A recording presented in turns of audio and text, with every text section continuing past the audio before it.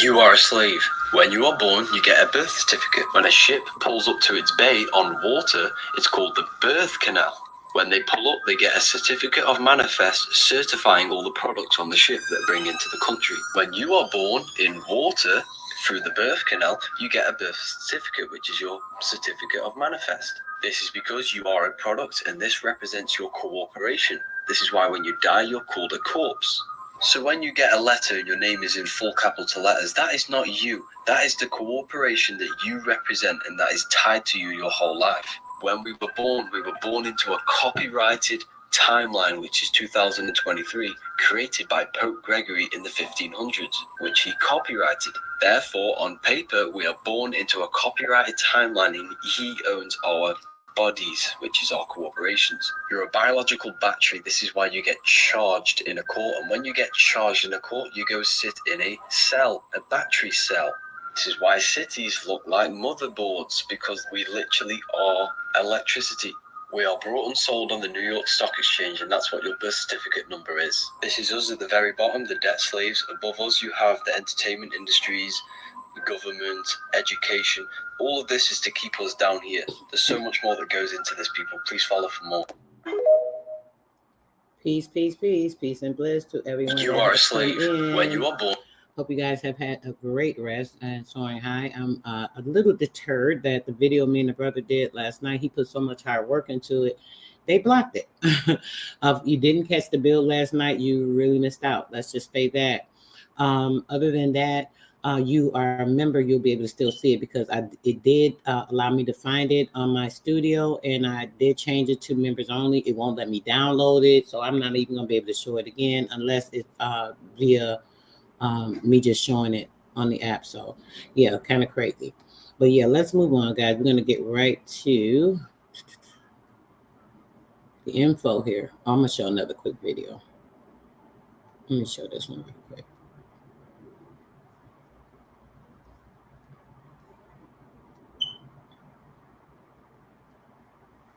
The ancient pyramids of Mississippi and their strange powers.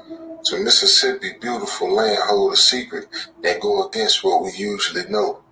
There was ancient pyramids that belonged to a smart group of people a long time ago. Now we're going to learn about these lost pyramids, which was broken down when the new folk came to America. Let me take and that how they back. still I don't know why I was blocking. Today. Hold on. Now, similar to the take it back. The ancient pyramids of Mississippi and their strange powers. So Mississippi, beautiful land, hold a secret that go against what we usually know. There was ancient pyramids that belonged to a smart group of people a long time ago. Now we're going to learn about these lost pyramids, which was broken down when the new folk came to America, and how they still impact people today. Now it's similar to the Bermuda Triangle in a story from the past, way before Columbus came. Before he came to America, a group of people lived here and built things like pyramids. And these pyramids showed just how smart these folks was and how good they was at building and knowing about the stars and all that kind of junk. And people think that these pyramids were very special places for their beliefs, but history books don't talk much about it. Matter of fact, they don't talk at all about it. Now these pyramids was destroyed and hidden.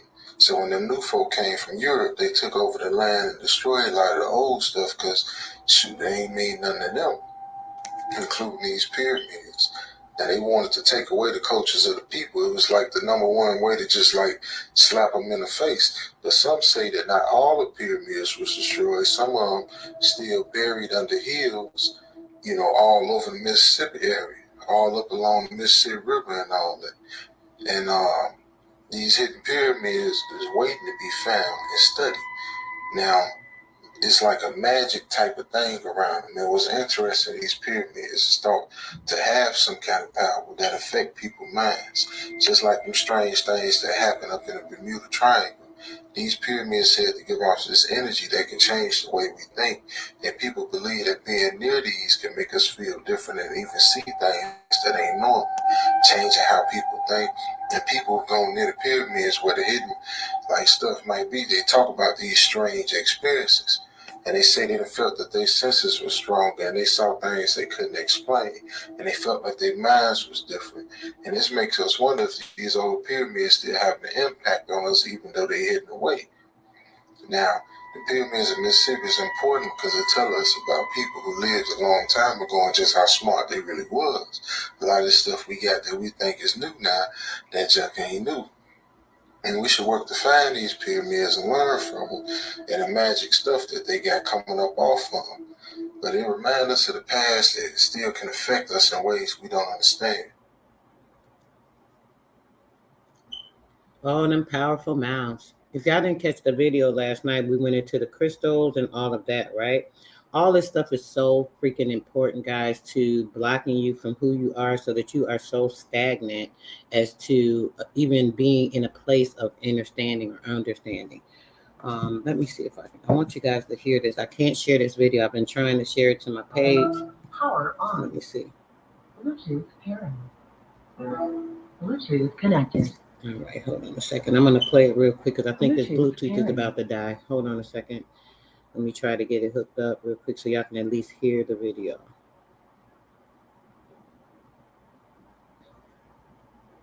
It's on this phone. Bluetooth connected. All right, let's go.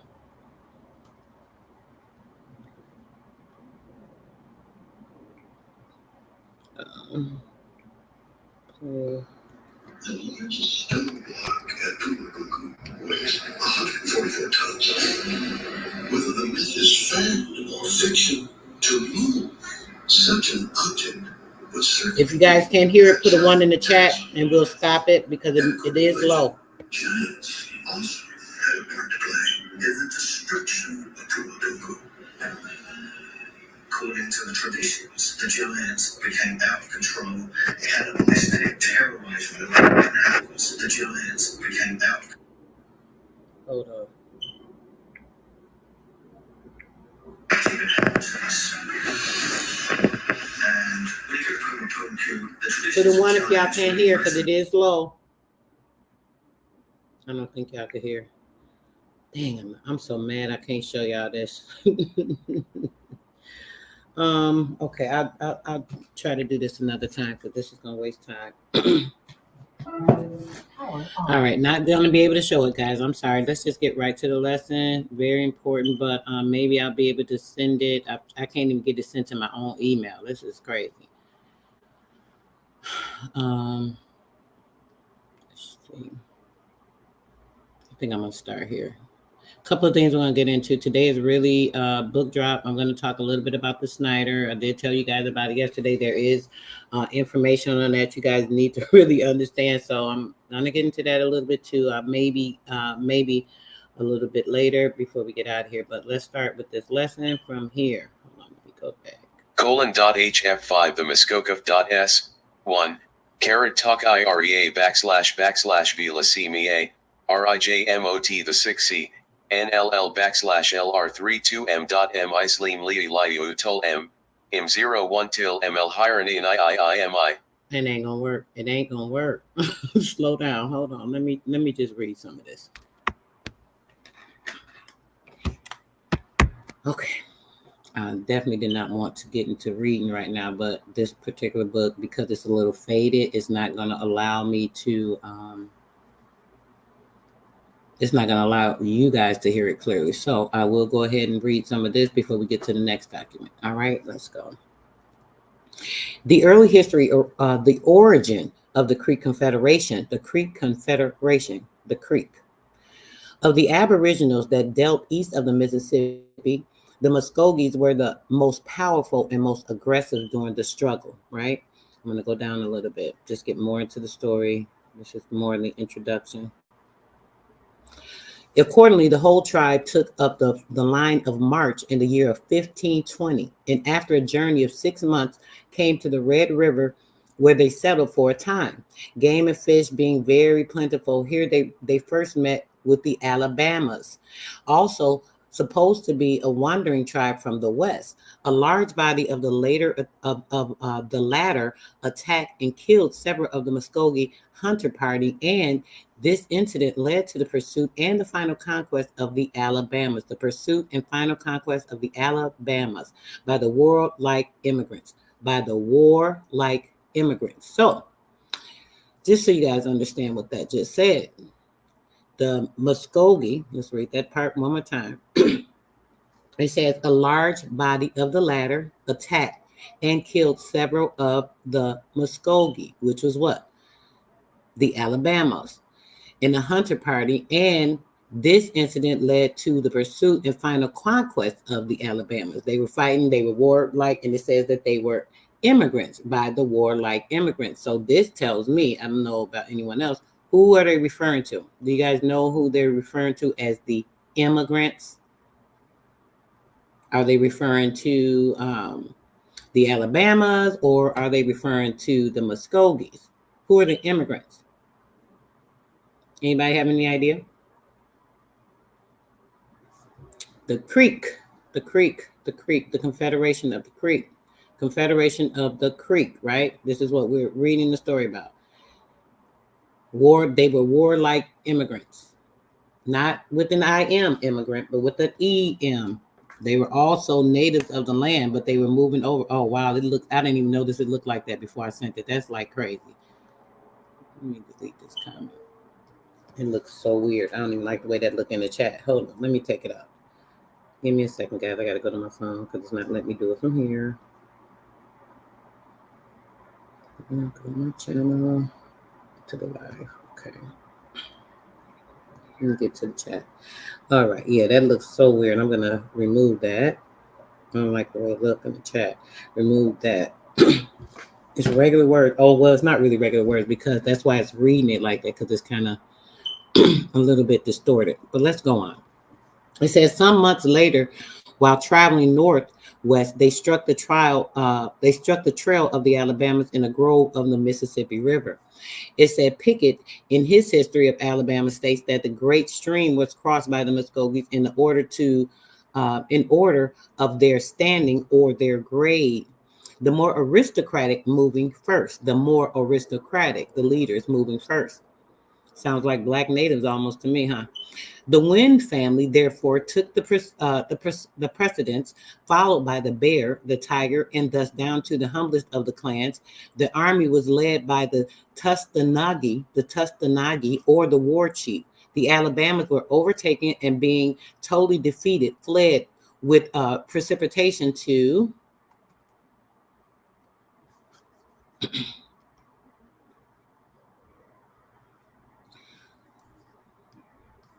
Okay.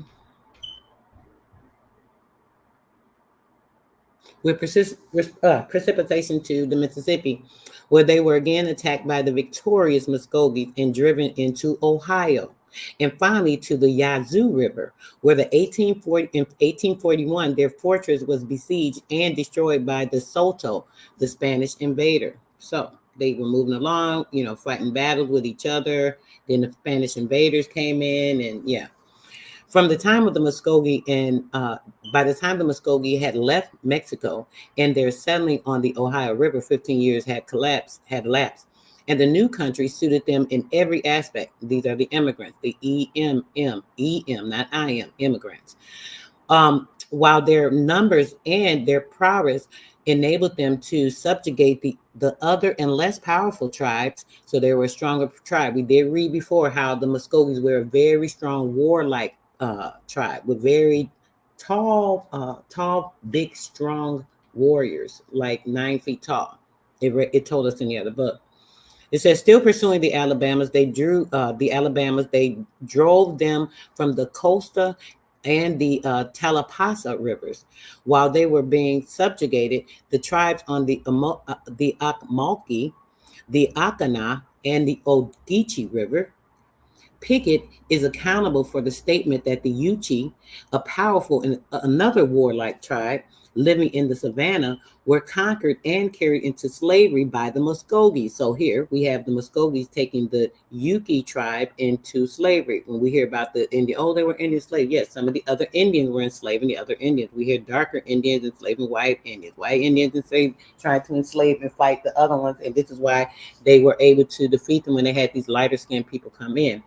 when we talk about this, it's more about a darkening. This is another switch up. Oh, yes, they came and they, they were mixing and mingling and doing all these things, but these tribes actually were coming in and mixing. This is where we see this black face and, things of this nature. They were darkening our roots. They'll say, oh, you guys are all, you're lighter, you're mixed with the pale skin, this and that. No. The Negro came in and started mixing with us because we had lighter skin. And then they started mixing with us. We were mixed skin, copper, light, red, different colors. We got darker with the mixing of the Negroes, the black natives that came in. And some got lighter and different hair textures with the mixture of the other immigrants that came in with the paler skin. Keeping in mind, as you guys remember, in the Atlas, it told us that a lot of these Negroes were pale skin with blonde hair and blue eyes, but they were Negroes, right? Just like we have a lot of people passing at this time. It says the Takabaches, a tribe that was almost depleted in their wars, with the Hurons and the Iroquois of the North, treated with the Muskogees in 1703, and they became a part of their nation, as did also the Alabama. So they decided, hey, if we can't beat them, we might as well damn join them. I think this is where that saying comes from, huh? Not so much for them, but it had been going on all over the place. Once a tribe came and defeated, kind of knocked out. This is how Queen Aliquippa of England, Seneca, gave in to the colonies. Remember, all of her warriors were getting killed, and she was like, you know what, this is enough. We'll just go ahead and join into the tribe. So they went into these reservations, right? It says that the Takabaches were an enterprising people. They were an enterprising people. That means builders, right? And soon built a town, which before many years assumed great importance and was made the capital of the entire nation. Not the capital of the entire nation. Let me check with the chat. The capital of the entire nation. Peace, brother. Grandest, everyone that's come in. It says the entire nation. Did y'all hear that? So one capital for an entire nation, right? Follow along. It says that the Takabaches say that Pickett brought with them to Tallapoosa in 1759. Now, I'm going to say something on this. Y'all, sometimes y'all don't follow me, but I'm going to say it anyway for anybody that does have the ear. Now, y'all know right now they've been talking a lot about Will Smith and Jada Pickett. Remember? It's Will Smith and her maiden name, Miss Pickett, Jada Pickett. It's been a lot with that. We can get into the story. I don't like getting into that entertainment stuff, but all these things play into facts, into things that they do. Sorcery, witchcraft, putting certain spells and binding on the nation. Now, there's something being played out with this ritual with Will and Jada. And I'm not going to even get into that, but right here, it says that the Pickett brought with them the Tallapoosa. This sounded like something that was going on with wartime. That's kind of weird. We got all these things going on with the immigrations right now, and they're talking about this Pickett tribe. But that's another story. That's just something that popped up in my head. Okay, some curious breastplates, the origin and the object of which have long puzzled the scientific men of the past and present. These plates are 7 in number. I've shown you guys the plates before. The templates, the breastplates, all these different things with the tribes on them and the colors. What was that video? If I find that video, I'll put it in the comments after this. So when you're keeping in mind these things, just think about this. These are tribes we're talking about. We're not talking about invaders. We're not talking about colonizers. These are all tribes. They spoke of the Spanish one time coming in, but they didn't have any control. They may have defeated a tribe or two, but that was in one little small ass area of the whole entire America. Keep that in mind. Okay. Start here again. The 7 plates are the plates are 7 in number. 5 of them are of copper, 1 1.5 feet long by 7 in width. The other 4 in a little shorter and narrower.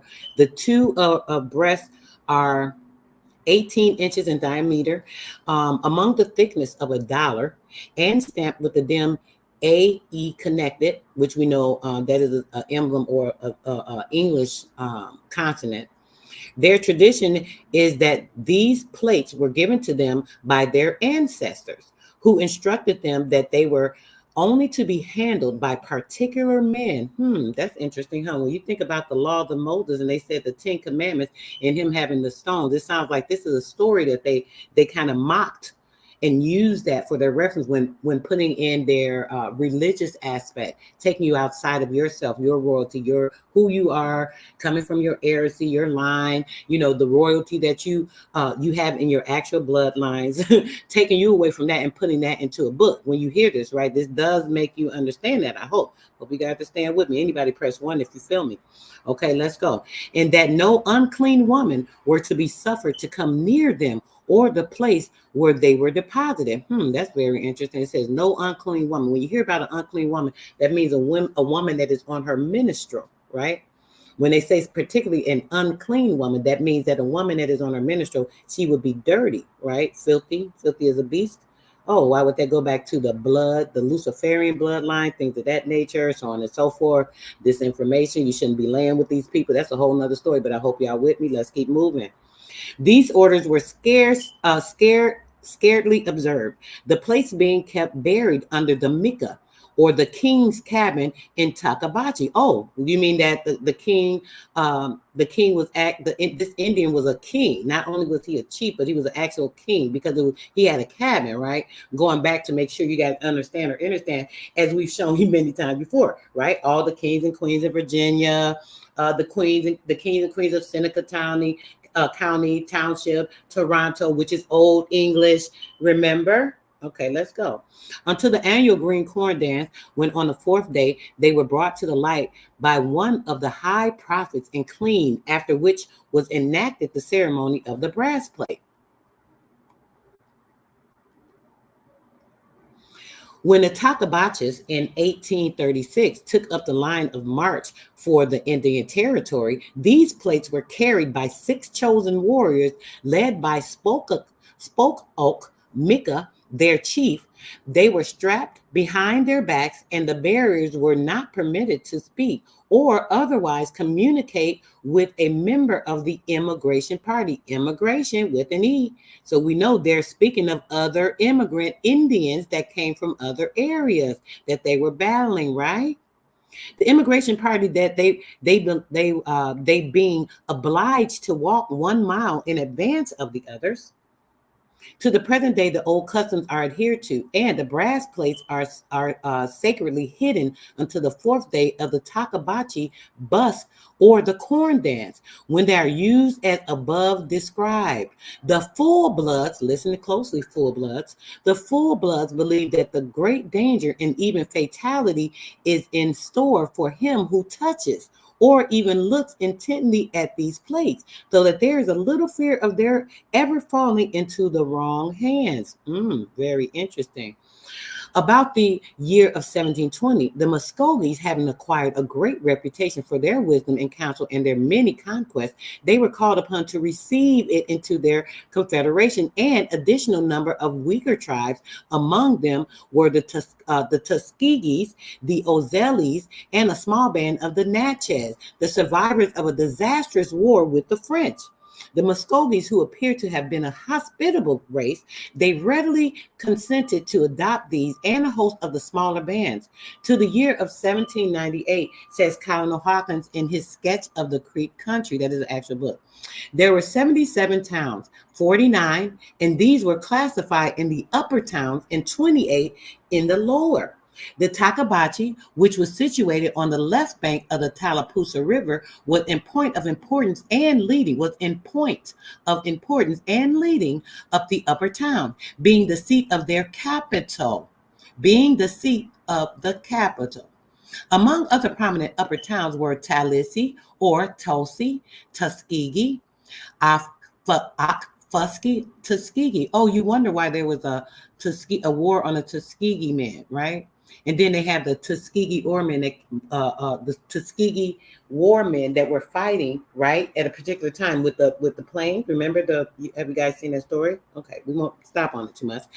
The Akfaski, the Hilabu, the Atasi, the Afali, and while those of Kaweta, Kusati, Hitchatek, Watamaka, the Akmogi were prominent among the lower towns. Apart and without any direct connection with these towns are the 8 original clans of the Muskogees, right?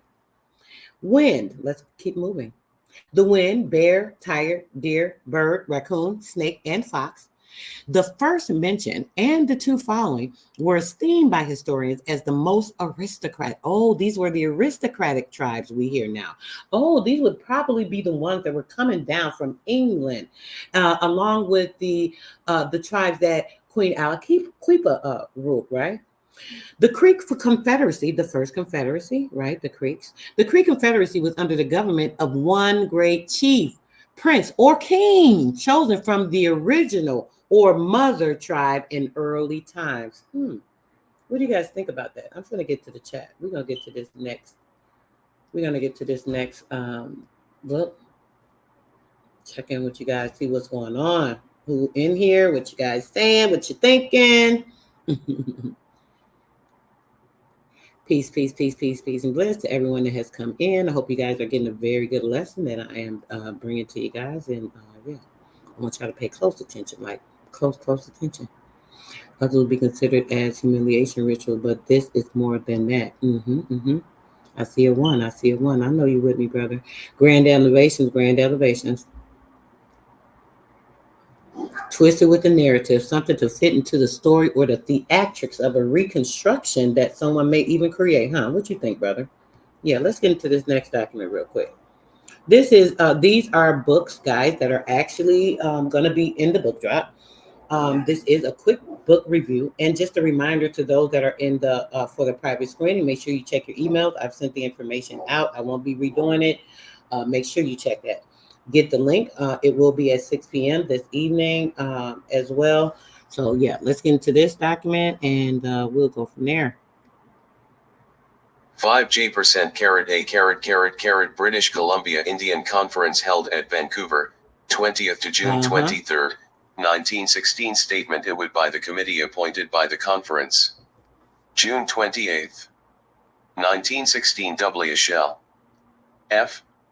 TF *, the Secretary of Stunto for the Colonies, was TR by 5 VHN over H.UI was sent to E.H million RNVLNII. Degree FFLHLS of 3 or 4 fathers, and under royal proclamation. But since the days of Sir J. Ness Douglas the Lovell Gov degree argument has not admitted their T-lames. Of true all the Indians of the Proveny have for many years desired Rati and question should be D.D. I definitely ain't in the mood. Let me see. I guess I'll do a little bit because this is very important one as well. I'm only going to do a quick review of this as well, guys. This will be in the book drop, as I told you earlier. So just to give you a little bit of information on it. This is another very important document. This is the British Columbian Indian Conference. The British Columbia Indian Conference held at Vancouver the 20th and the 23rd of June of 1916, right? The statement issued by the committee that was appointed to the conference on the 28th of June in 1916. No, the statement was put into hands of the government of Canada and the Secretary of State for the colonies for published in the press of Vancouver and was sent to each Indian tribe. Oh, wow. What would Canada and Vancouver have to do with the Indian tribes? I mean, I'm just wondering. Okay, but let's go.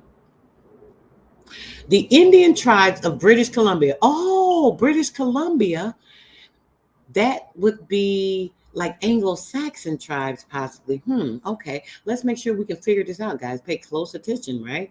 The Indian tribes of British Columbia have always claimed tribal ownership of the lands of the Providence as the lands of their forefathers and under royal proclamation. But since the days of Sir James Douglas, the local government has not admitted their claims. Sounds like they're doing something wrong. All the Indians of the Providence have for many years desired that the land question should be decided. And to that end, in the year of 1909, it's so blacked out right here, this part I can read. Basically, the late King Edward VII and his imperial minister, the Secret of the State for the Colonies, asked that the imperial government refer them in question to the Judicial Committee of His Majesty's Privy Council. when by reason of refusal of British Columbia to agree to a reference of the McKinney Agreement back afterwards, entering into the government of Canada and British Columbia, it seems that the door of the Judicial Committee had been closed against the Indians. The door of the Judicial Committee had been closed against the Indians. The Nisga'a tribe was advised that if one of their tribe presented a direct and independent petition to the King's Great Court, His Majesty's Privy Council, and the door of the Judicial Committee might in that way be opened, not only for the tribe, but for all the people. Oh, very interesting, huh? The Nisga'a, therefore, decided to take the responsibility of presenting such a petition for the benefit of all of the tribes. With the approval of the Council for the Indian Rights Association, right? And after full consultation with the government of Canada, the petition of the Nisga'a tribe was lodged in the Privy Council of May of 1913. That action was taken by the Nisga'a with the earnest hope that other tribes would unite and reorganize in recognition that their petition has a test case related to the claim of all the tribes. After the Nisga'a petition had been lodged, the London lawyers of the Nisga'a tribe received from the Lord President of the, wait a minute, they said London? Are they talking about London? But they're talking about the Canada tribe. They're talking about Toronto, all London, Toronto, Canada. Same difference, all old English, right? I hope y'all woke today. Let's go. The Privy Council, a letter stating as reason for not referring it to the Judicial Committee, the supposed fact that the Royal Commission appointed under the McKenna Agreement was considered the aboriginal crime.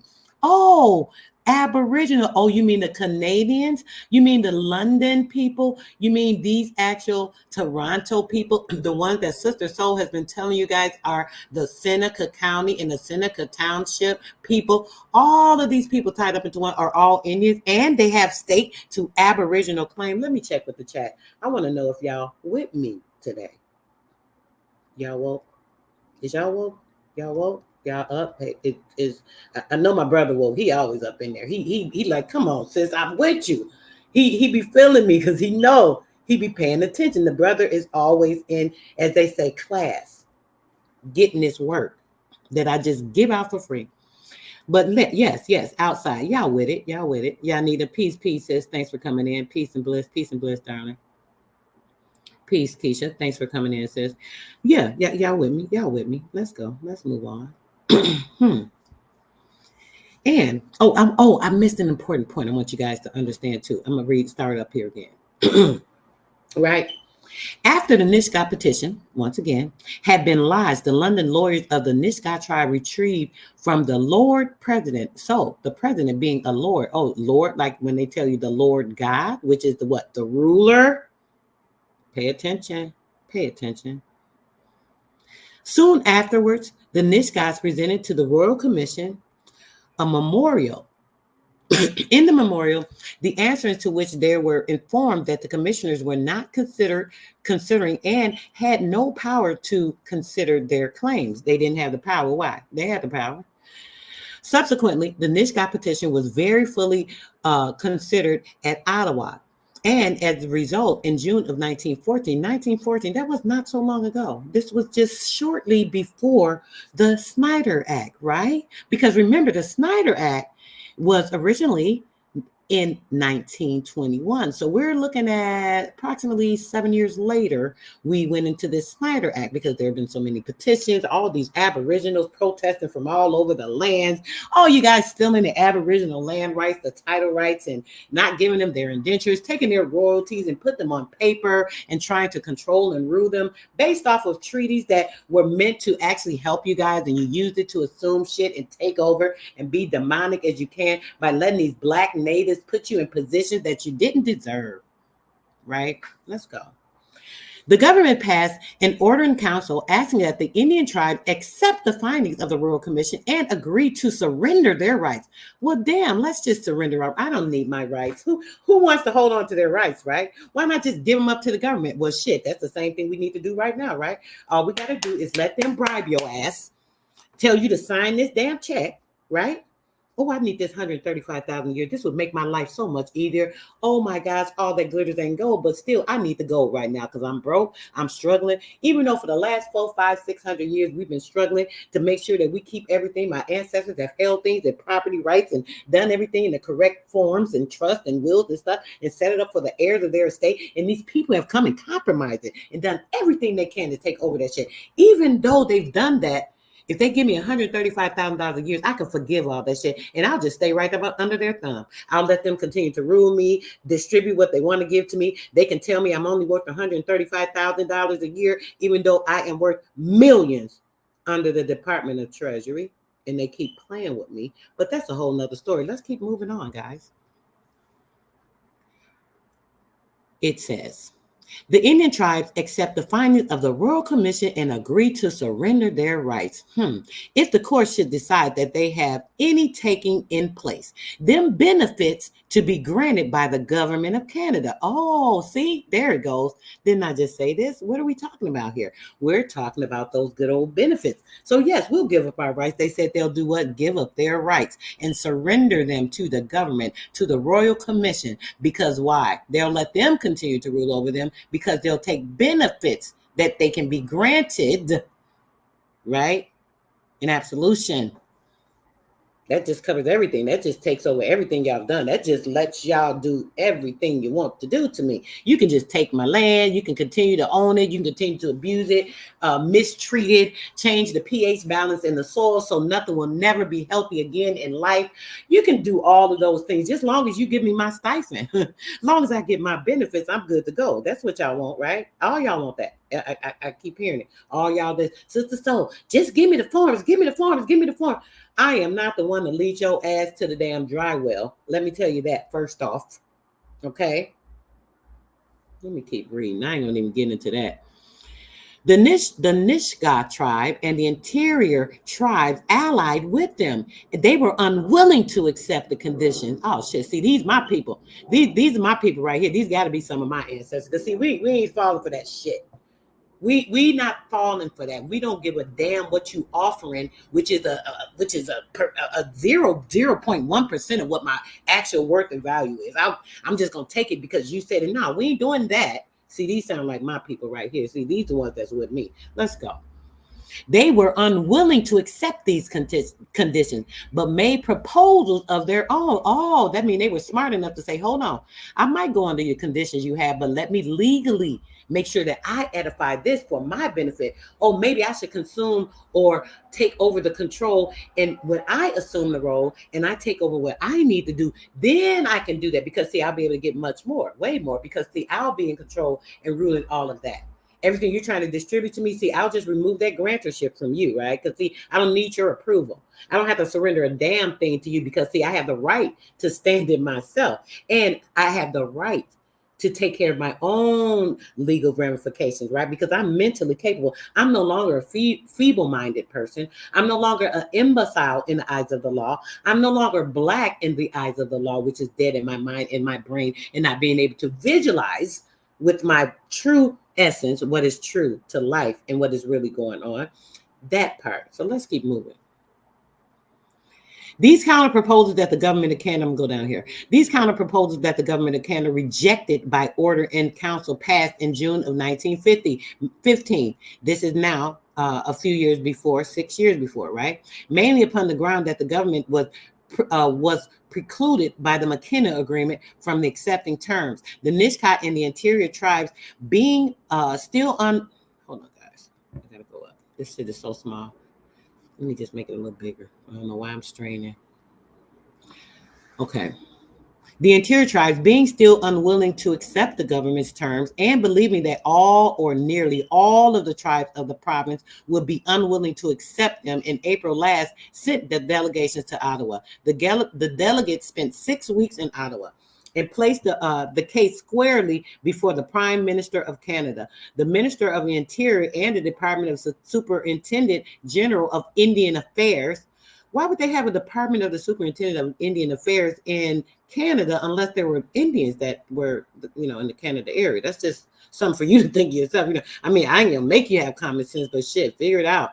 It says they also interviewed Sir Wilfrid Laurier, who, when Prime Minister proposed that the land question would be brought before the Judicial Committee, the delegates devoted much attention to the expected report of the Royal Commission and asked that the report be not finally dealt with upon the issues that were contained in the Nisga'a petition should have been decided, or at least until the Indian tribe should have an opportunity to make representation regarding its findings. Hold on, now I can't just go with what y'all said. Y'all said this is what it is, and we're supposed to just go with it. Hell no, we got to review this, check it out. We got to agree with it, make the conditions fit what I think is fair. And then that's how we're going to handle things. Ain't that the way you're supposed to do when it comes to these legal documentation? Aren't you supposed to make sure, right, that you're handling things that way so that you know that everything that you're doing is being done in the correct, the correct way? I'm just wondering. All right, hold on a second.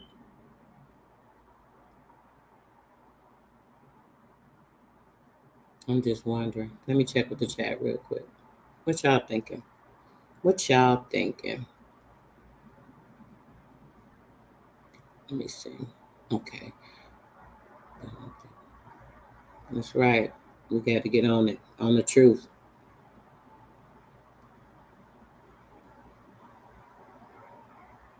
Period. You already know. You know what? I'm gonna be honest. There's a few decent people on YouTube that do certain information. I watch sometimes. I enjoy, so on and so forth. Their information is great. They're very bright and intelligent. But there's very few people that's gonna be real with y'all. Like seriously, really like trying to show y'all everything all over. Like I go all over the place. Like yes, we're worth billions. Thank you, brother. Correct. We are worth billions. Just your physical body alone is worth over $100 million. Like literally, if you know how to establish yourself correctly. That's not even having anything to do with your trust, your mineral rights, all the other things that belong to you, right? That's right. Everywhere. So yeah. Let's read a little bit of this document, guys. As I said, these will all be in the book drop on the 31st. There's going to be a couple of documents, some things that are mortgage information. If you're having issues with mortgage, or you're fighting or dealing with some things with the mortgage right now, you'll also get some information on that. And I also will be dropping something on debt relief so that you can do some procedures. A lot of these procedures you have to be very careful of if you don't know what you're doing, because you don't want to get a knock on your door because you don't know what the hell you're doing, right? This is why I keep trying to make sure you guys understand this stuff and know everything for the way it should be. Okay, this I think I am able to. It's pretty clear. Let's go. Let's see. Of the Indian Gixtlan. 21 to take possession, Forfnim E and the Kluarch, F all the territory from Florida Io the Arctic and from Newfoundland to the sunrises of the St. Arenset was a gigantic scheme of colonization to control a wild continent. 1J. R. Vision of the charter was this: for every new settlement, at least 3 ecclesiastics must be provided. Early in the last century a Scotch society was organized to introduce religious and secular teaching among the Indians in New Jersey, Pennsylvania, and New York. The Reverend John Brainerd was missionary in the last named state, and had residence at Bethel. He was to instruct his Indian charge in Iniak schools, and teach them how to rei, rnsi, in flax. 2. As is well known, the English Church follows the English Army and Colony the world o'er. As when we assume to do their home missionary work in India we lend them their ending their creed where they planted their cannon. In good old times when church and state were one in Massachusetts, the great Ayul General Court enacted thus: it is agreed that hereafter no dwelling house shall be built aboy half a mile from the meeting house in any Parkman's Pioneers of France, p. 397 to Mag AM his, January, 1885, pages 05-7. ZT. The Indian 8-side Liti Nui Lantation without Leo from the court. The Irgunu MIT on the union of church and state is not all on one side, but when, as in the United States, we assume negative, a momentous responsibility comes on the church.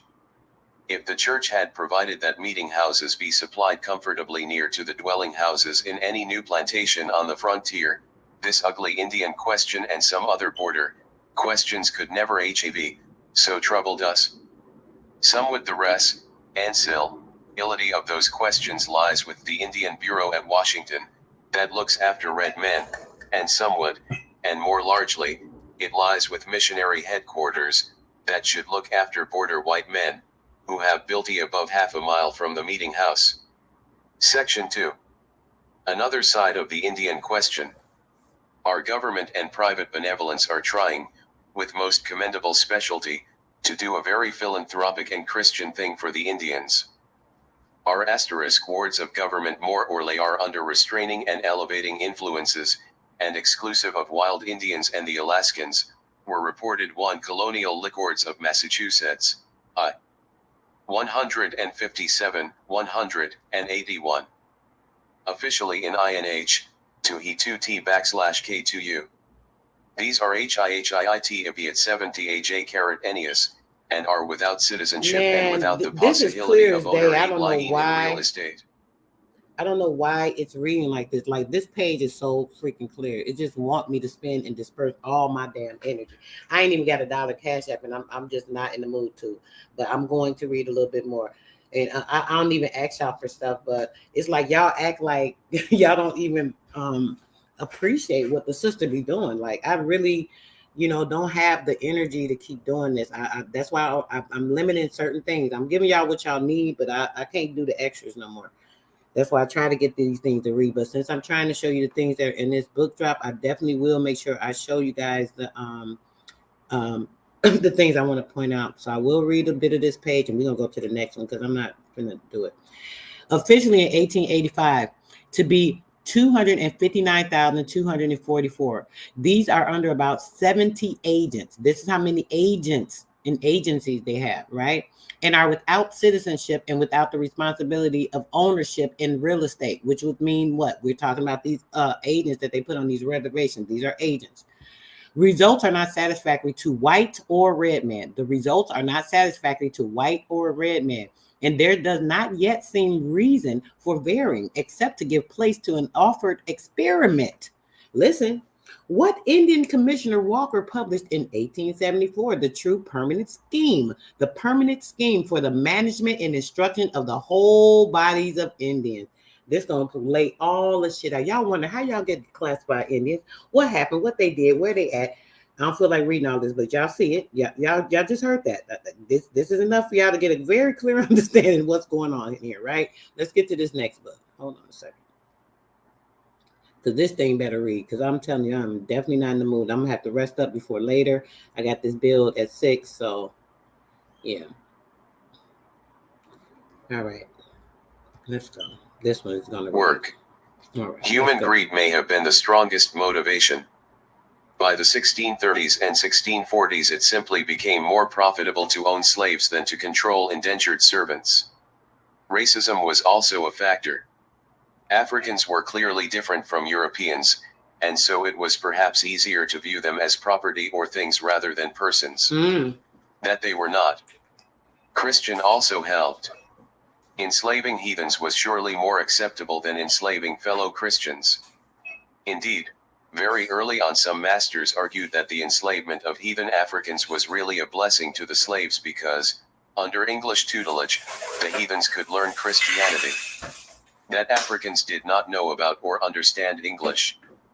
Custom and law also facilitated the growth of slavery. Unaware of the rights of Englishmen and separated from their own cultures, Africans were particularly vulnerable to enslavement. Finally, many Africans in this early period came to the English colonies as slaves. These Africans had been enslaved in Africa or had been made slaves by Spanish, Portuguese, Dutch, or English slave traders. African slavery was a factor in the New World for more than a century before English colonists became owners of human chattel. From the first statutes concerning slavery in the English colonies, one may deduce the system's unplanned nature. There are no early Virginia or Maryland laws creating slavery per se. Rather, there are laws acknowledging that slavery exists. Thus a Virginia statute of 1660-61 declares, be it enacted that in case any English servant shall run away in company with any Y'all see Negroes that? who are Hold on. incapable of Look, making y'all. satisfaction from the first statutes concerning slavery in the English colonies, one may deduce the system's unplanned nature. There are no early Virginia or Maryland laws creating slavery per se. Rather, there are laws acknowledging that slavery exists. Thus a Virginia statute of 1660-61 declares, be it enacted that in case any English servant shall run away in company with any Negroes who are incapable of making satisfaction by addition of time, be it enacted that the English so running away in company with them shall serve for the time of the said Negro's absence as they are to do for their own by a former act. Here's the third book, guys. I don't know if y'all looking and paying attention. Can y'all see the screen? I want to make sure y'all can even see this. Y'all know that the book saying is the audio recording is saying something different from the book. I'm going to read to y'all what it just said. And it said something different, but I'm going to read what it said.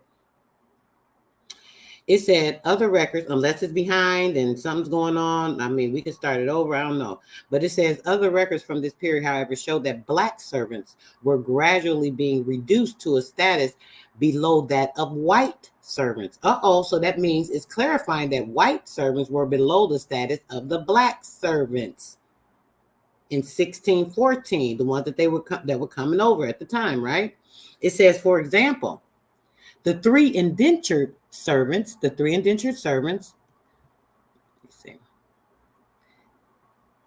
It says, for example, the three indentured servants, 2 white and 1 black, ran away from their master, but were recaptured.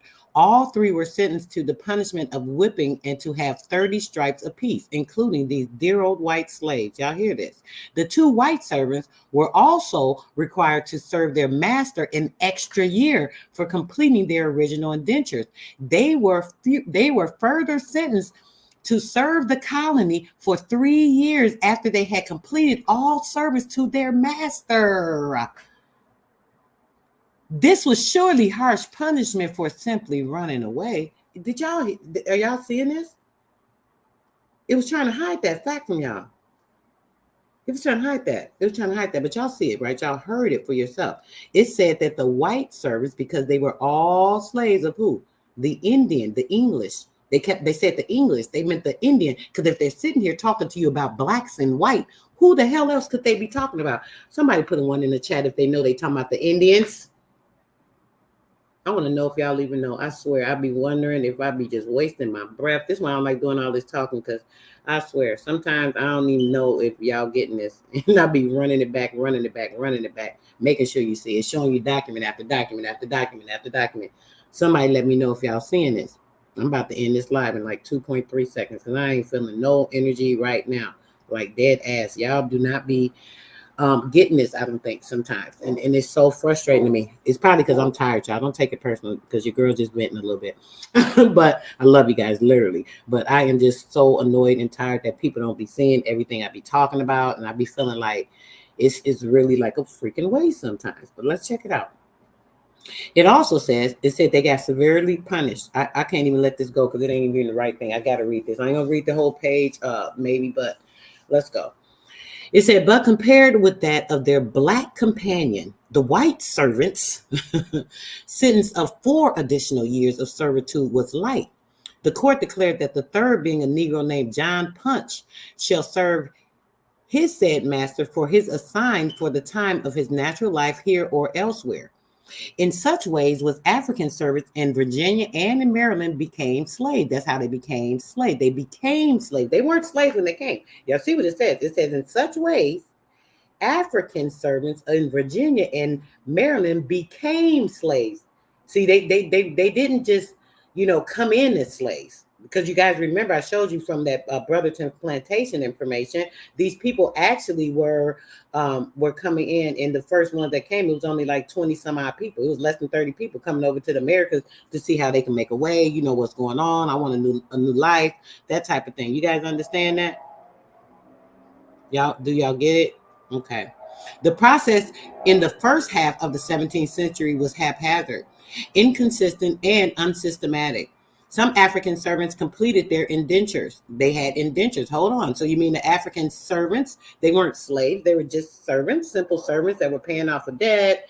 All these people coming from these different lands that actually, had issues going on. They didn't have any resources or anything there. So they say, hey, if you guys will go over to America and be an indentured servant over there, you can work off your debt. Okay, sure. That sounds like a great, bright idea. I'd like to go there. And you never know. You can probably get, build yourself up and have a whole new life, so on and so forth. At the same time, once they do that, because of the embassy, right? And all the things that are going through the IIM office, when they set everything up at the Bretton Woods Conference for all these different so-called continents they created, right? So what they did, once they send out these people from Africa, now the African government, they're able to get funding from the United States because, see, they sent these people out. They sold them into slavery, which was their servitude. This is what the selling into slavery is. The servitude, right? The servants, the indenture that you have to pay off. That's all it was, right? Not slavery like they say. I showed you guys the cotton fields, right? Y'all remember the video the other day showing you guys that, hey, this shit is bullshit. I'll show you guys again before we get out here. Maybe we'll do those on the way out, the pics. Okay, it says that they became free men and women. It says, and even hired other servants. So you was a slave, but you were able to pay your debt off, become a free man, free woman, and then now you can hire slaves. I wonder what slaves they were. They hired other servants, both black and white. Oh, so those freed slaves, right? They were able to get white slaves and black slaves. Oh, now we start with this homesteading. We start with the pioneers and said, let me purchase me some slaves and I'll go get me a plot of land. I married this Indian woman. Now I'm going to put her off in the woods. I'll start building the land, getting the agriculture and everything going, have these slaves working and tilling so I can start building up over here. Because, see, this was the whole damn plan. Y'all got it, right? Y'all get it. A few of these ex-servants ultimately became the owners of the African slaves. Oh, well, damn, how could ex-servants become slaves of previous slaves that were African? This sounds like part of the scheme. Didn't earlier we read in the other book, it said part of the scheme? This shit is a fucking joke to me. Y'all don't even know. I just get annoyed because I get tired of talking about it. By mid-century, however, such African slaveholders were the exception, right? This is what they're saying. The process of enslavement had begun in the 17th century, but not planned. Indeed, it was what historian Winthrop Jordan had aptly called an unthinking decision. Oh, it just perhaps happened to, go into slavery. Like, they just decided it was a good thing and, they just, yeah, I get it. The reasons for the enslavement of blacks was not entirely clear. What, really? Because that was added on after the servitude of the pale skins, right? The ones that were actually created for slavery, the ones of the Tamaru, the ones, the Catamites, right? We're talking about all these people that were created, right? On the walls of Egypt, they talk about the creation story and how they created these people, where they actually orchestrated the lies and construction of their genesis, the genes of Isis, right? Oh, Lord, y'all ain't gonna hear me this morning. Let's keep going. This reason for the enslavement of blacks was not entirely clear, but it appears that for several factors were at work. The human greed may have been the strongest motivation. Well, shit, we already know that. We know it's greed, selfishness, it's disgusting, but hey, it's these people, is what they do. By the 1630s and the 1640s, it simply became more profitable to own slaves than to control indentured servants. Oh, it was easier. Okay, so this is how the slavery came into be. Do you guys understand that they thought it was easier? It was a little simpler for them, right? Yeah, it sounds like a big joke when we think about some of this stuff. Racism was not a factor. Africans were clearly different from Europeans. And so it was, and mind you, when they say that's a kind of oxymoronic statement, right? Because we do know that a lot of those Africans, they actually were not very distinctive from Europeans, right? A lot of those Africans, the Jesuits, that were actually controlling, making rules and showing these people the things to do, and actually controlling with the Indians because they had similar colors with some of them as well, what they did was set everything up, right? So we know that some of these people were blending because this is how they have the so-called assumed role right now of these people have a certain authority or rulership or control over you. But we know they're not the lords of the land, not the true lords of the land, right? Okay, we know that. Let's go. And so, hold on, guys. Let me get a drink. I gotta get some tea because my throat is definitely bothering me right now. Give me a moment.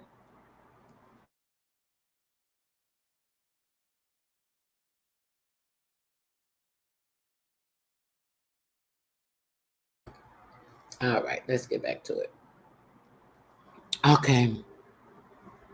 I swear I can hardly breathe. This weather is crazy. It was so that eclipse cleared the air in the sky for like 3 days. After that, it went right back to shit. That was like crazy. But anyway, let's go. And so it was perhaps easier to view them as property or things rather than persons. That they were not Christian also helped enslaved heathens. The Christians helped enslaved heathens, what they call heathens, was surely more acceptable than enslaving fellow Christians. Well, wait a minute. The heathens were who? Oh, the white slaves they were talking about. Oh, those poor, dirty, ragged people that barely had any type of help. That's who they talking about. Yes, those are the heathens. We know who the heathens are. We know who the heathens are. Let me see. How long we've been live? Wow, I'm gonna do like 20 more minutes. Let me see. I think I'm gonna get to another document for you guys. The Immigration Commission. So y'all could see why they do all this shit and trade it out to all these places and making money. Yeah, I'll go over this a little bit. Let's do this one a little bit. I'll probably be able to get it to read as well. And then I can get over there to the chat and check with you guys, right? The most important energy that's going on today. I swear I ain't feeling it, but I'm gonna get it together. All right, this here, guys, we're going to get into. This is an actual report on the Immigration Commission for the United States. It gives a lot of information as the things that they were trading and some of the, you know, just them talking in general. So I want y'all to just hear a little bit of this. I'm going to make it a little larger. And we're going to start right here. Letters of transmittal. On this page. The Immigration Commission, Washington, D.C., June 15, 1910. To the 61st Congress, I have the honor to transmit herewith, on behalf of the Immigration Commission, Part 1 of the Commission's General Report on Immigrants in Industries. William P. Dillingham, Chairman. The Immigration Commission, Washington, D.C., June 15, 1910. Sir, I have the honor to transmit herewith Part 1 of the General Report of the Immigration Commission on Immigrants in Industries, which was prepared under the direction of the Commission by W. Peace, brother. Jetlock, Superintendent of Agents. The part transmitted deals with immigrants in the bituminous coal mining industry in Pennsylvania, the Middle West, the Southwest, and the South. Other parts of the General Report now in preparation deal with immigrants in the following industries: iron and steel manufacturing, sugar refining, cotton goods manufacturing in the North, glass manufacturing, Atlantic states, agricultural implement and vehicle woolen and worsted goods manufacturing, manufacturing, silk goods manufacturing and dyeing, cigar and tobacco manufacturing, clothing manufacturing, furniture manufacturing, collar, cuff, and shirt manufacturing, copper mining and smelting, leather manufacturing, iron ore mining, boot and shoe manufacturing, anthracite coal mining, glove manufacturing, oil refining, slaughtering and meat packing, diversified industries. There will be included in the same general report a summary of the above-mentioned parts, and also reports on the floating immigrant labor supply, recent immigrants in agriculture, and Japanese and other immigrant races in the Pacific Coast and Rocky Mountain states. Respectfully, W. Husband, Secretary. Hahn. William P. Dillingham. Okay, go ahead. Part L, General Survey of the Bituminous Coal Mining Industry, Chapter I, Introduction, page Expansion in bituminous coal mining operations since 1863. Increase in number of employees. 5 geographical divisions studied. 6 households studied. 6 members of households for whom detailed information was secured. 7 employees for whom information was secured. 13. Comparative scope of the investigation. 17 method of presenting data collected. 19 Chapter 2. Racial displacements, racial movements to, and displacements in, the bituminous coal mining industry. 21 Period of residence in the United States of foreign-born employees and members of their households. 24 Racial classification of employees at the present time. 34. Chapter 3. Economic status, industrial condition abroad of members of immigrant households studied. 39 Principal occupation of immigrant employees before coming to the United States. 44 General occupation of women at the present time, in the household studied. 46 General occupation of males at the present time, in the household studied. 47 Status of the first and second generations compared. 48 Occupations entered in the bituminous coal mining industry. 49 Daily earnings. 50 Relation between period of residence and earning ability. 59 Annual earnings of male heads of families studied. I'll 63 try. Annual earnings of males 18 years of age or over in the household studied. 68 Annual That family part, income. sis. 73 Wives at work. 78 Annual earnings of females 18 years of age or over in the household studied. 80 Relation between the earnings of husbands and the practice of wives of keeping boarders or lodgers. 80 Sources of family income. 84 Relative importance of the different sources of family income. 88 Chapter 4. Working conditions, hours of work. 93 Methods of wage payments. 93 Deductions from earnings of employees. Company houses. 94 Listen at all The this, look company at all store this system. information they talking 95 about when they benefits. talking about these immigrants. All this happening, housing, living conditions, you know, kind of what they doing now, right? They got all these people coming in now. They kind of figure out where they're gonna put them. They give them certain amounts of money, so on and so forth. What do y'all think about that? Do y'all think that's okay? Like, like really? Do you guys think that, you know, that's fine for them to keep doing that to you and, you know, keep taking your stuff and, you know, we don't really do too much about it. We just allow them to, you know, be disgusting as they are, so on and so forth, right? Let me get to this because I'm going to get out here shortly, guys. I'm going to start here. I want you guys to hear something a little bit out of this book as well. Let's see. First one Noble told his story. Not surprisingly, this process produced. First one Noble told, when they examined Inca sacred narratives, officials were searching for evidence to dispossess Inca elites of their lands and titles of nobility. Inca narratives passed through 3 stages of development that hardly clarified their meanings. First one Noble told his story, then a second person translated it from Quechua, the language of the Incas, into Spanish, and finally a scribe recorded it in Spanish. Not surprisingly, this process produced many different narratives.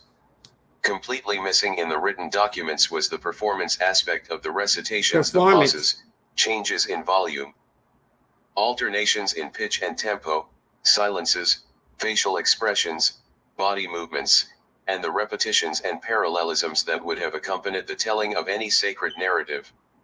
The act of translating and transcribing documents by Europeans inevitably slighted the verbal artistry that is still such an essential part of indigenous cultures. Except for a few surviving Mesoamerican documents produced before the conquest, all our native texts have been shaped in the context of colonialism. We will never know how native sacred narratives, stories, and daily conversations sounded to their original audiences or the feelings they aroused as the Quiche Mayas of Mesoamerica wrote at the beginning of the Popol Vuh, their extraordinary book of creation. We shall write about this now amid the preaching of God, in Christendom now. Almost all native stories and texts have been mediated, directly or indirectly, by an alien culture that believed it could represent the indigenous world far better than itself.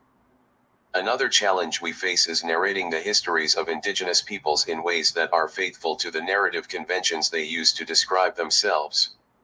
To cite just one example among many, today Arizona's Western Apaches classify speech into 3 major categories: ordinary talk, prayer, and narratives. Narratives are divided into 4 major and 2 minor categories. The major categories include myth, to tell of holiness; historical tales, to tell of that which has happened; esgas, to tell of pleasantness; and gossip. The two minor genres are coyote stories, to tell coyotes' trails, which are about a popular trickster figure among Western Indians; and seduction tales, to tell of sexual desires. The Western Apaches divide the major narrative genres based on their time and purpose. Events that occurred in the beginning are classified as myths, and their purpose is to enlighten and instruct. Historic tales happened long ago after the Western Apache emerged from underneath the earth. Their purpose is to edify by criticizing inappropriate behavior. You hear this? Sagas, which have taken place in modern times, are designed to provide entertainment. And gossip, which occurs now, is supposed to inform while shaming social deviants. Myths and sagas may take hours to complete. Historic tales, in contrast, can usually be told in about 5 minutes. They open and conclude with the name of the places where the event occurred and are about the geographical sites as much as the event being narrated. And perhaps most importantly, historic tales describe the humiliation and punishment of those who violate Western Apache customs and norms. Although historic tales are narrated by an individual, the theme is always a collective one. The rules and values the Western Apaches use to organize their lives registered. We will have trouble understanding these historic tales if we do not know the names of the geographical places and their meanings, do not speak the language of the Western Apaches, and do not live in their communities or share their cultural standards. To write or speak about the past, we must adopt narrative conventions. European realistic narrative historical techniques may not fit the narrative historical conventions of the Western Apaches and many other indigenous peoples. There may be no master narrative. I appreciate it. Real quick, I appreciate everybody give me some things to take. I have things to take. I actually just need to get to the store and get some honey. A couple of things I need to get, but yeah, I'm not gonna be able to get there today. But that's neither here nor there. But I appreciate it. Thanks. That can reconcile Native and European historical plots. Despite these problems, with a large, healthy dose of social and political pluralism, we may at least partially be able to understand Native cultures. We can listen to them by using whatever available evidence remains to see through their eyes, to hear through their ears, and to feel through their hearts. We must try, however inadequately, to understand Native peoples in the light of their own beliefs and experiences. Even though we are greatly removed from their time and world, we can partially recover their side of the great encounter if we recognize that heterogeneity, and not homogeneity, has been the cultural and social norm in the Americas. Without this recognition, we have neither a dialogue nor any cultural depth to the complex events that have transpired since 1492. In the words of the Aztecs, we must examine the great encounter between indigenous peoples and Europeans with a polished eye, like a person who is very astute in the manner of finding, of discovering, what is necessary, or who quickly sees what is difficult in an enigma. To recover a fuller meaning of our past, we need to engage in a process that constantly challenges commonly understood interpretations of the native world and the colonization process. We must be prepared to question some of our most cherished understandings of the past that comprise the core of settler history, understandings so deeply embedded in our consciousness that we rarely consider alternative ways of looking at our roots. This is not a mysterious process that involves uncovering new sources. The building blocks for alternative interpretations have been available for the past 500 years. Until the last few decades, however, we have overlooked or undervalued most of them, and we have avoided asking unsettling questions of these sources. This approach is a form of creative betrayal that is both radical and conservative, troubling and restorative. It is radical because alternative interpretations can overturn standard accounts of the early history of the Americas in a very simple and direct way, by making indigenous peoples central characters in a global drama called the exploration, conquest, and colonization of the New World. Y'all heard that? Let's hear it again. Just make This sure. approach is a form of creative betrayal that is both radical and conservative, troubling and restorative. It is radical because alternative interpretations can overturn standard accounts of the early history of the Americas in a very simple and direct way, by making indigenous peoples central characters in a global drama called the exploration, conquest, and colonization of the New World. In popular culture and in some American history textbooks, this is truly a betrayal of what many Americans still read and believe that indigenous life and culture is just a breed. This approach is a form of creative betrayal. This approach is a form of creative betrayal that is both radical and conservative, troubling and restorative. It is radical because alternative interpretations can overturn standard accounts of the early history of the Americas in a very simple and direct way, by making indigenous people central characters, in a global drama called the exploration, conquest, and colonization of the New World. That is both radical and conservative, troubling and restorative. It is radical because alternative interpretations can overturn standard accounts of the early history of the Americas in a very simple and direct way, by making indigenous peoples central characters in a global drama called the exploration, conquest, and colonization of the New World. In popular culture and in some American history textbooks, this is truly a betrayal of what many Americans still read and believe, that indigenous life and culture is just a brief prelude to the exploration and settlement of the Americas. Almost completely missing from our understanding of the past is the profound impact of indigenous peoples on the development of Europe and the Americas after 1492. This approach is also conservative because it consciously tries to salvage peoples, events, and relationships that have been discarded as part of our hemispheric heritage. It is an act of recovery that still has the power to broaden and deepen our understanding of how the Americas were created. By including native peoples in our account, we are only restoring them to the importance they had for the West from Columbus to the 19th century. To treat the original inhabitants of the Western Hemisphere as if they are central to the American experience is merely to give them their due. Although the story of the great encounter between native peoples and European settlers from 1492 to 1800 has in the last decade been told very well.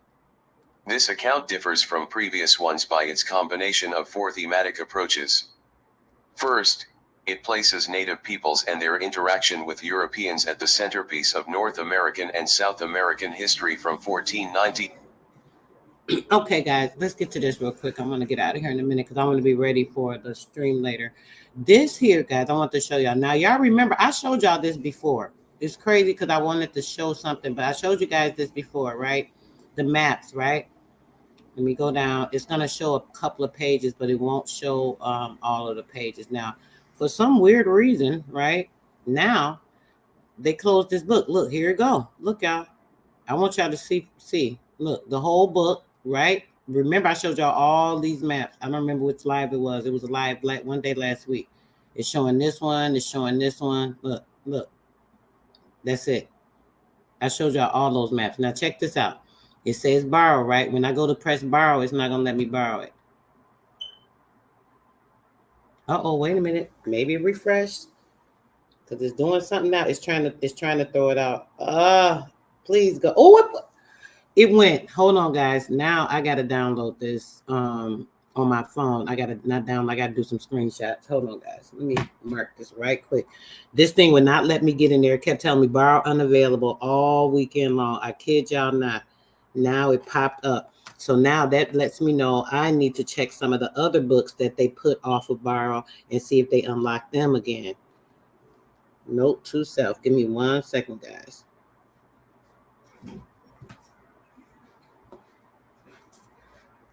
Whoa, crazy. Okay, boom. I'm about to browse through these real quick, guys. I'm not gonna read the book, but I want to show you guys these maps that are in here. Man, I can't believe it opening up again, but that is just what we needed to see. I can't go through all the pages, but I'm definitely gonna show you guys some of the maps. Hold on. Beautiful. Showing everything. The Americas. Look at this. It's got Maya, Aztec. Let me make it small so y'all can see it on the screen.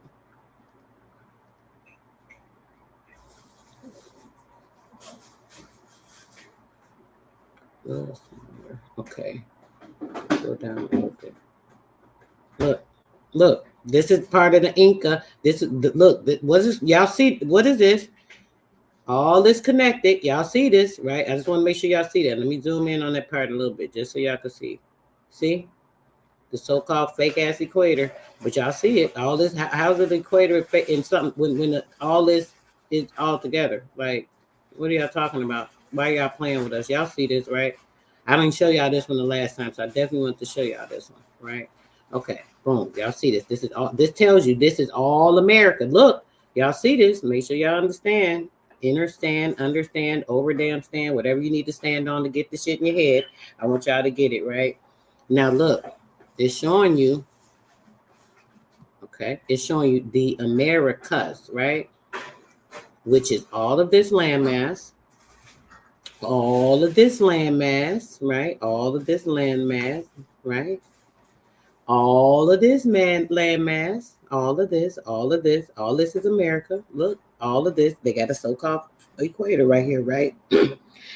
And then we also have this. This is all America. This is telling you this is America, right? Am I like tripping, or do y'all see this too? Or can I get a 1 in the chat? Let me check with y'all real quick. Do y'all see that? Who see? Can I get some 1s in the chat? I'd be needing to know if y'all with me. Y'all know I just gotta know. Do anybody see all of what all of America is? What all of America is?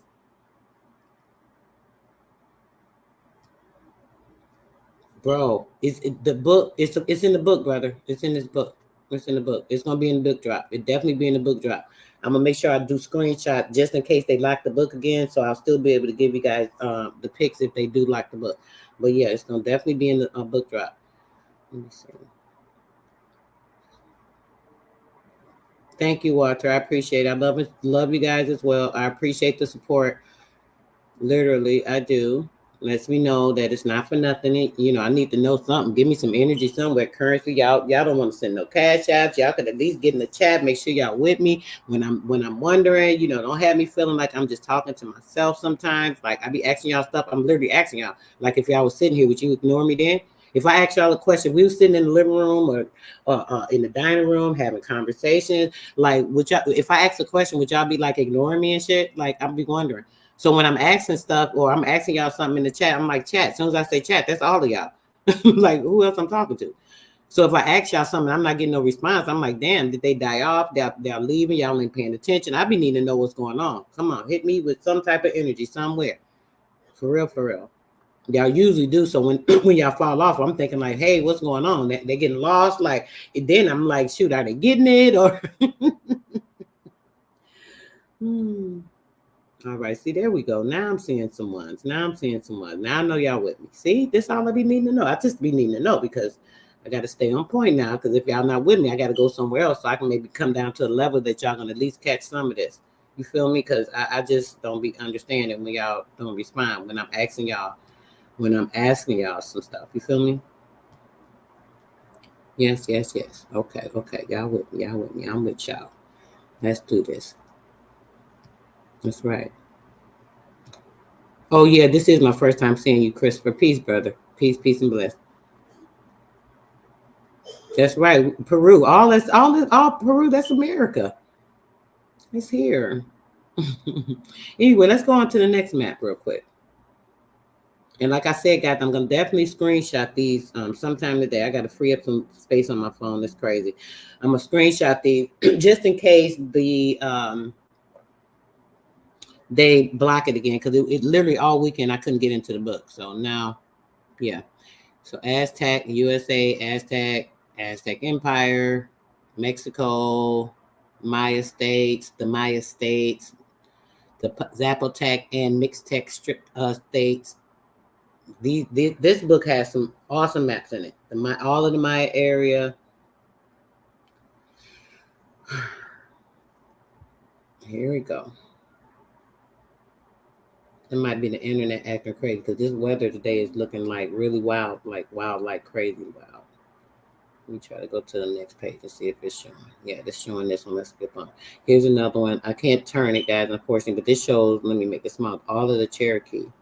nation. I think this is the one I showed you guys last week. I didn't show the previous one, but yeah, see, Alabama, all this, it's showing Cherokee Nation. And when you look at it, I want to know if you guys notice anything. When you're looking at these maps and it's showing like South Carolina, it says they got the forts here and all these different things. You know, here it's Atlanta. We got like Bondstown, New Ekia, Tennessee, you know, Indiana, Kentucky. Then it says Cherokee Nation. Do y'all notice anything different from when you look at certain maps describing these areas?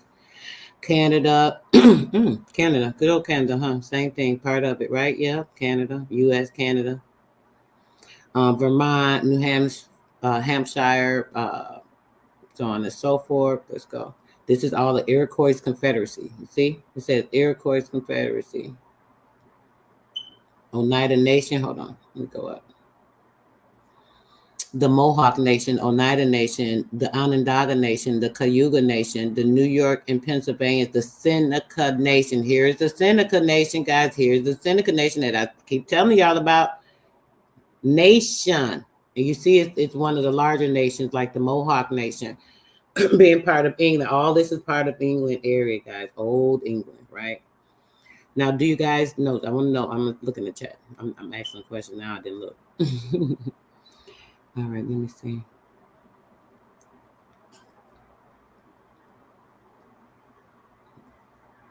Okay. Number 9. Oh, what number 9? I missed something you said, brother. It probably was on the other thing. I appreciate you as well. Definitely. So it said 111. Supreme, brother. Supreme to you. You already know. Okay.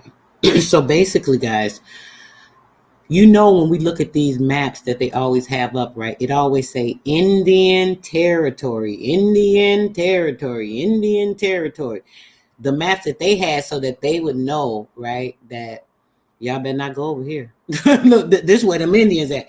This is what I think. Now, this is my own personal opinion. I ain't got no proof of this, but when I look at these maps, I say, oh, this confirms what I be thinking about when they have certain things, and we'll think like, you know, it was stuff against us, but it was actually our stuff. So we was letting them know certain things or whatever. All these maps, like it's got the outlines of the nations. Like, see, you see the nations defined, the areas defined. I don't know why it's not showing that other one, but either way, they're trying to hide something important on there. But they have the nations defined, right? But it doesn't say Indian territory. It tells you, like this one says the Confederacy of Iroquois. It's talking about all the nations, so on and so forth, right? But it's not saying anything about Confederacy. Look at this. Here we go. The what? The invasion.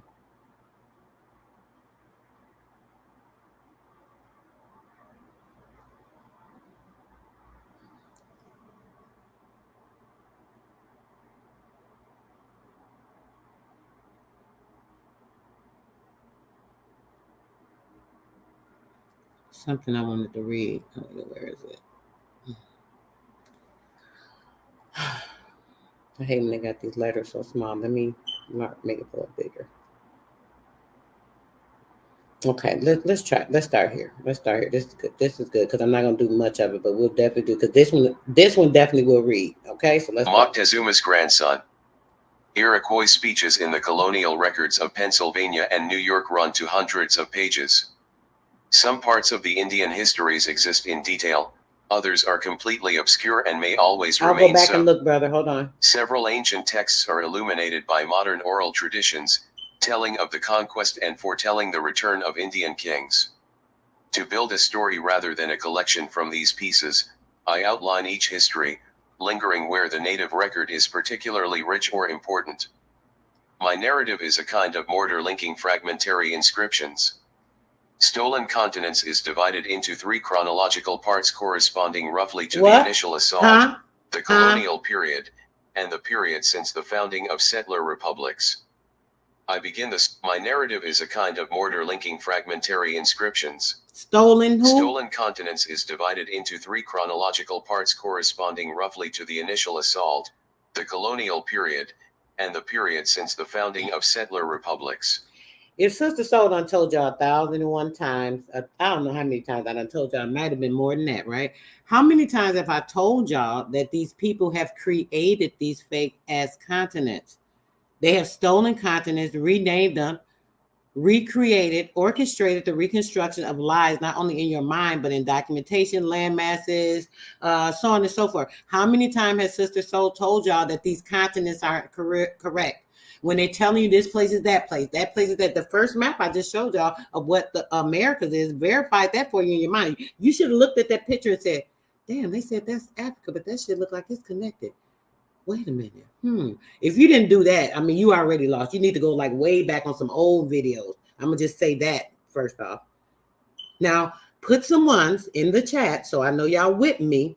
If y'all understand what they just said right here and what Sister Soul has been telling you guys about these continents being created. And now they're verifying the stolen continents, broken up, recreated, orchestrated, act like they came from here, there. This was us. We had these people, blah, blah. Yeah, come on, y'all. Let's go. Put some ones in the chat if y'all with me.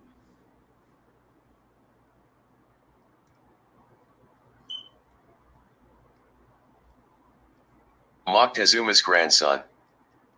I begin the stories of the five in the order of my narrative is a kind of mortar linking fragmentary inscriptions. Stolen continents is divided into three chronological parts corresponding roughly to the initial assault, the colonial period, and the period since the founding of settler republics. I begin the stories of the five in the order of their invasion. The first is the overthrow of the Aztec Empire, ending in 1521. The Highland Mayas were next, then the Incas.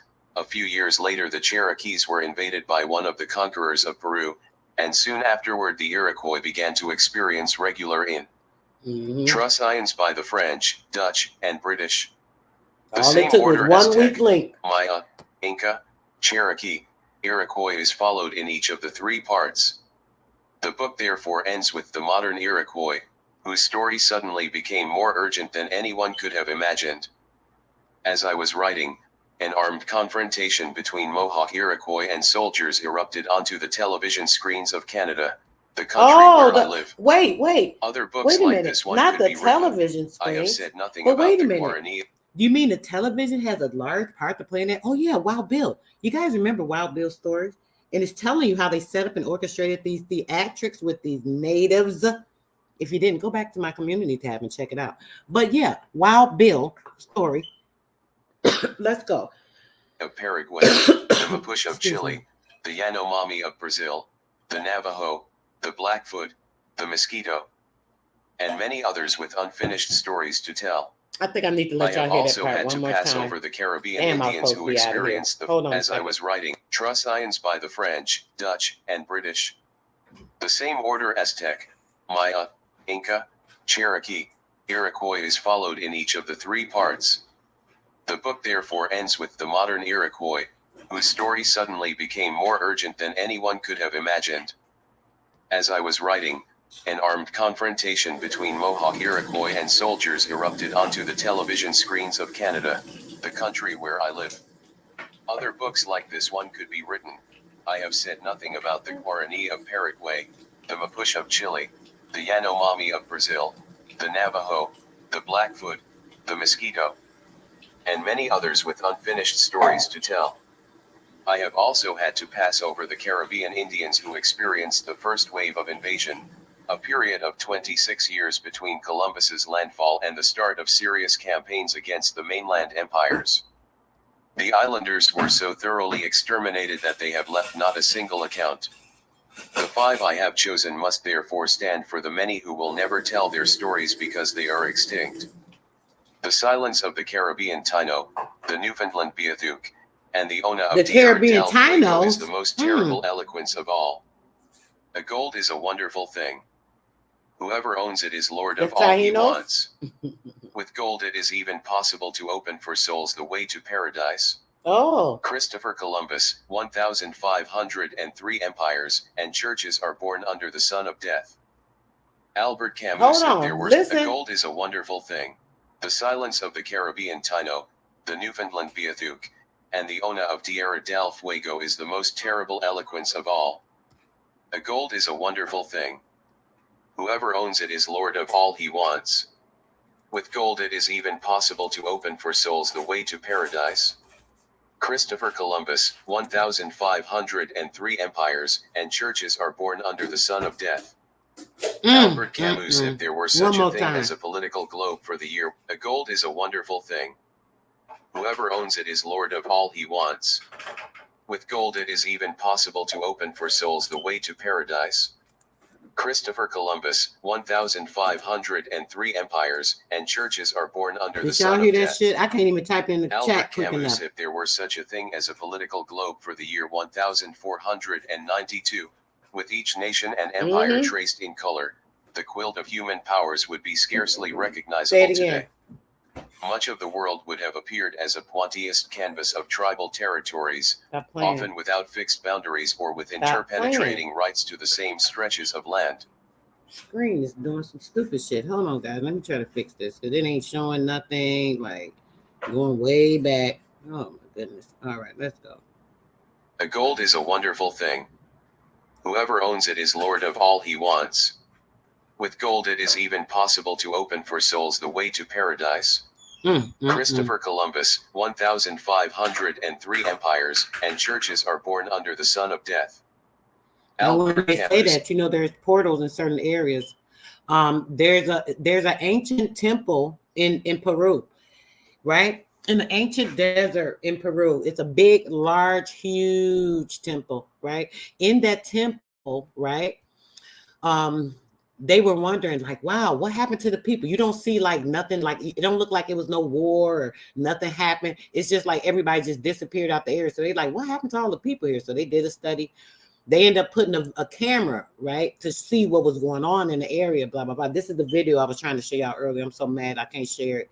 It's sad. But either way, I'm going to try to figure out how to Bluetooth it or do something because there's no way. But either way, you can't even hear it that good. But in the cavern, right, in this Peru area where they had this big, large temple. I'm going to show y'all some pictures, though. I just got to send those to myself. But the portal, it showed the portal literally opening up, like the whole thing. Oh my, it's so beautiful. It's so crazy, y'all. Y'all know I be showing y'all portal all the time. I know some people be thinking like, sister's so crazy. You know, I mess with her, but when she go to talking that portals in the sky, you know, but just because y'all ain't there, baby, it's all right. I know y'all can't help it. But either way, the information is there. They did a study and they showed it. I literally had a video. I wanted to literally blow your mind today. It must not have been meant because it might just make y'all go over the damn edge if y'all see some real shit like this. But what's really going on right now, guys, is we got to really stay focused. So I'm gonna let this keep going. I want y'all to, yeah. If there were such a thing as a political globe for the year 1492, with each nation and empire traced in color, the quilt of human powers would be scarcely recognizable today.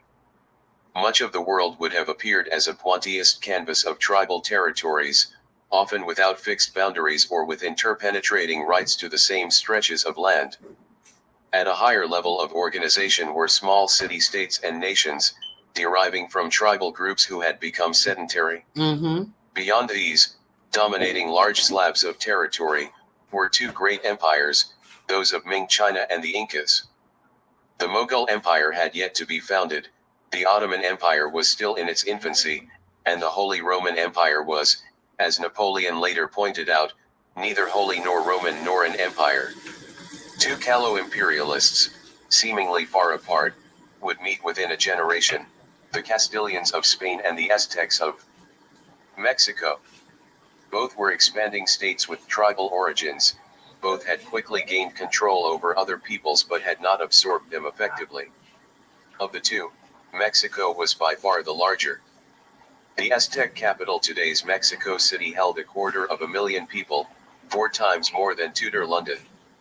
The total population under its control was some 20 million. Registered Europe in 1492 was a small affair.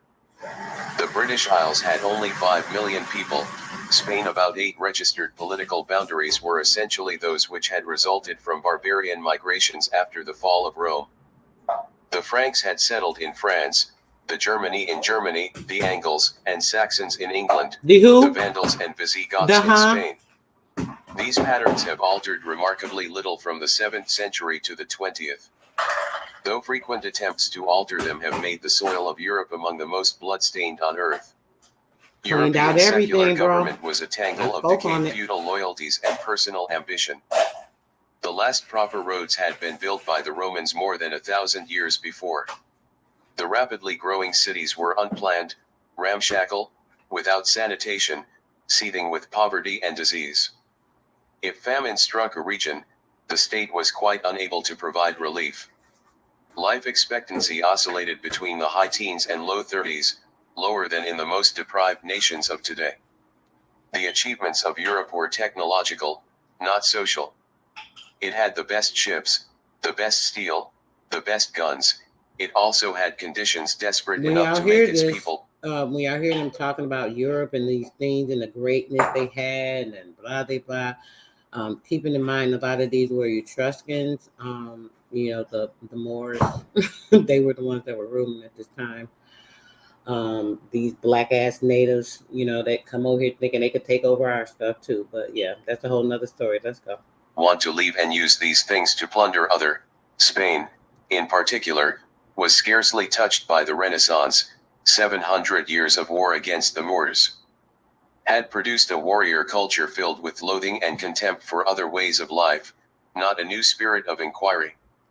The Reconquista of Iberia, which ended in 1492, would be the model for the Conquista of America. Montaigne, whose supple mind exemplifies Western civilization at its best, records in his essay on cannibals a revealing conversation between himself and 3 Tupinamba captives brought from Brazil to France and exhibited to the boy King Charles IX in 1562. You heard that. So, guys, right? If you signed up for this week's private screening, you would have gotten your link. Anybody that didn't, I'm sorry, guys. I'm not going to be trying to go back and re-add people that didn't get it in, this week or whatever. I can't.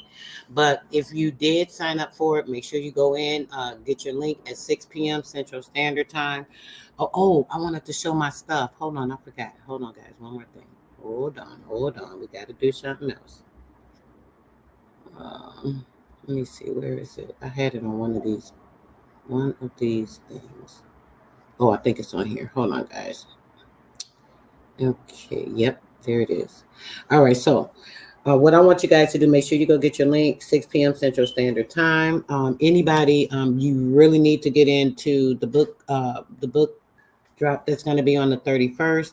It's going to have major info, including, most of the things we've been going over. Well, the ones I've told you guys as we went over those books and other things included.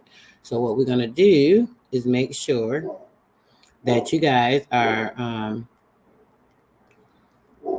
let me drop the website. This is a website, guys, for my items. Copy link address. Okay, let me put it in the chat too. Okay, this is the website. If you guys are interested in any products, right here, there's going to be some additional things put on as well. But my organic paint oil is there. I decided to change up from my previous AK Randall's, and I am now going to just put everything under SistarSoul because that is my network. So I'm like, I can incorporate that as well. So I'm setting things up for that. You'll be able to go there and get the paint oil and a couple of items. So let me show you guys the items. This is your organic paint oil. There's a small and a large bottle. Here are t-shirts. You get black, white, unisex hoodies, black and white as well, with the brown obviously for your copper skin. They're $60. And this is my favorite. I love this one. I gotta put this one up. This is my favorite one. Dang, it's not opening up for me. Okay, there we go. This is my favorite one right here. I love this one. Y'all see it. I love it. Somebody has created just what I love. something that represents brown woman. It's so beautiful. This I love this emblem that I've been using too. That was created for me. These are nice too. Someone uh, was mentioning this one. I love this one as well. It has my name. You know, you don't have to wear my name, but it is cute. This one, these are nice as well. Love them. Anything that people create or situate for me, you know, is definitely a blessing. But like I said, this is my favorite, y'all. I swear, I love it. The white one is the white one's fire, and the brown one's fire. I got to say. They both is fire. Y'all know they fire. Come on, y'all. Y'all know they fire, y'all. Come on, let me get in the chat. Yeah, see, I know y'all's gonna think like me. No, let me stop. But yeah, I love them, especially that one, y'all. That's my favorite one. Okay, let me get in the chat because I know you guys have been saying some things before I started showing that. Yes, okay, yes, the eclipse, brother. I want to say something on that. Yes, brother. I did a small build on the Sister Soul business and life coach channel. You can see I did about 2 minutes of a quick live on it. It was beautiful. And that portal, when the portal opened, what it did, it actually sucked up and pulled out all the impurities and everything out of the air. That it was clear for like 3 days. I brought it to everyone's attention like 2 days later as well. Some people had like some cloudy skies, rain, but there was very few people. Most people had like a pure blue, the purest blue, clear sky ever. Okay, I think I read that early. Yes, okay.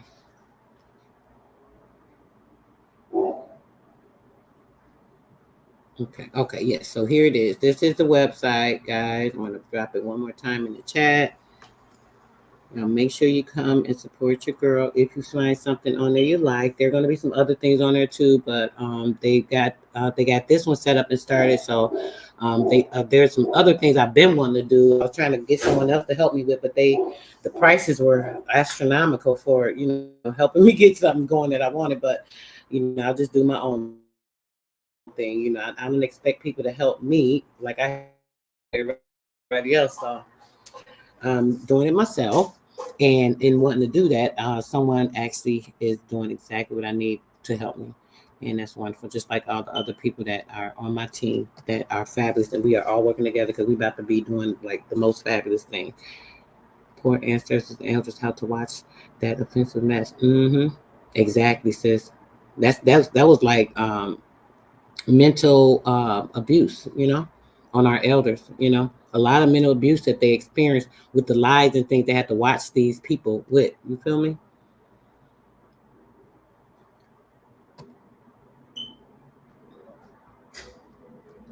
Yeah. Okay. So yes, y'all like them. Great. Well, if you guys like them and you want to get some, definitely check out the site. Christmas is coming up. Treat yourself to a gift or something like that. If y'all do the Christmas gift, I don't know what people like to do. Some people still fall under. They could be so-called woke, but then they fall under these things. So whatever you do, I don't judge people. I just try to tell you the truth about it. But either way, yes.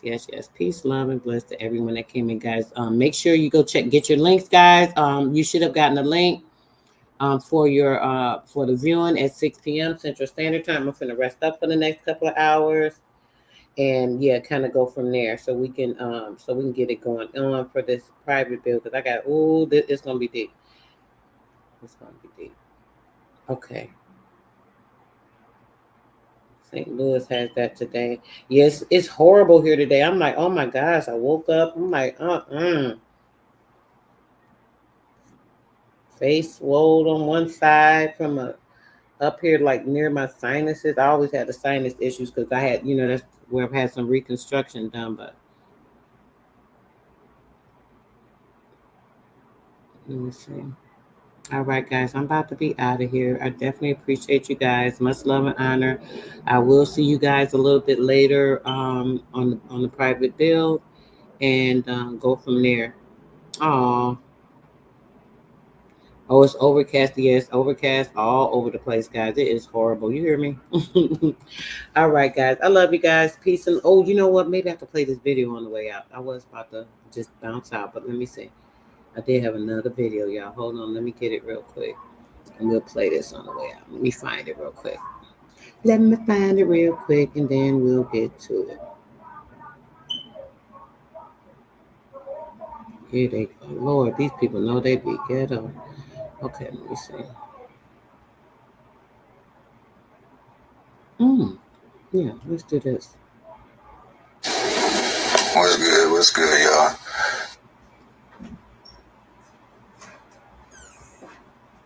Oh no, that is definitely not the one. Hold on, guys. Went to the wrong video.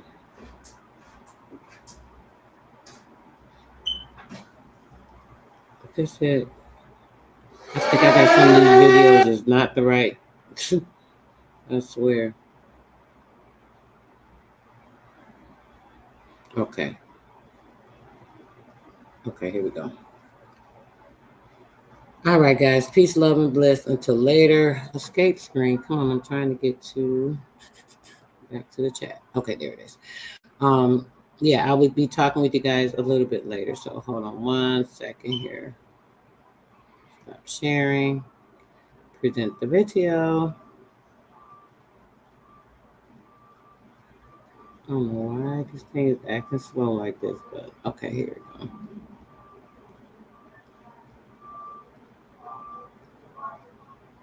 All right, guys, here we go.